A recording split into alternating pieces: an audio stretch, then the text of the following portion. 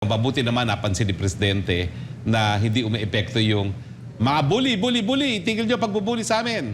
Habang nagsasabi tayo na itigil ang pagbubuli, lalo naman tayong binubuli. Hindi nyo ba napapansin yan? Kaya nga po, ang naging strategy ni dating Pangulong Duterte, naintindihan ko naman si PBBM, hindi palibasa ginawa ni Presidente Duterte, susundin ko. Lalo na ngayon, inaaway ng pinsan ko yan. No? So, ang nasa isip niya siguro, ay naku, ayaw kong gayahin yung ginawa ni Presidente Duterte. Dahil meron ako sariling estilo at tinutulungan ako ng dalawa kong pinsan na mga Romualdez na magagaling. Ayun, mabuti naman po matapos sumunod sa advice ng dalawang Romualdez, nakapansin na niya mukhang hindi gumagana ito. Pag sinabing paradigm shift, kinakailangan po bagong approach completely. Siguro naman po, yan ang dahilan kung bakit pinag-aaralan ng kasaysayan.